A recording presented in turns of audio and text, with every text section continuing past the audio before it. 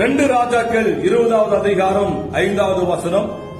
உன் விண்ணப்பத்தை கேட்டேன், உன் கண்ணீரை கண்டேன், இதோ நான் உன்னை குணமாக்குவேன் என்று தேவன் சொல்லுகிறதை பார்க்கிறோம்.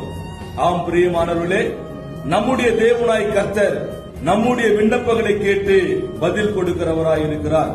எசேக்கியா ராஜா மரணத்துக்கு ஏதுவான வியாதி பட்டிருந்த போது, இனி நீ பிழைக்க மாட்டீர், மரிப்பீர் என்று ஏசாயா தீர்க்கதரிசி மூலமாய் கர்த்தர் உரைத்தார். ஆனாலும் கூட எசேக்கியா ராஜா கண்ணீரோடு கர்த்தரை நோக்கி விண்ணப்பம் பண்ணினார்.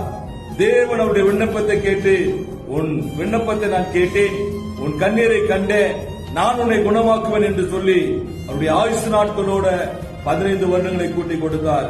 அப்படியாய் தேவனாய் கர்த்தர் நம்முடைய விண்ணப்பங்களை கேட்டு கர்த்தர் நம்மை ஆஸ்வதிப்பாராக. ஆமென்.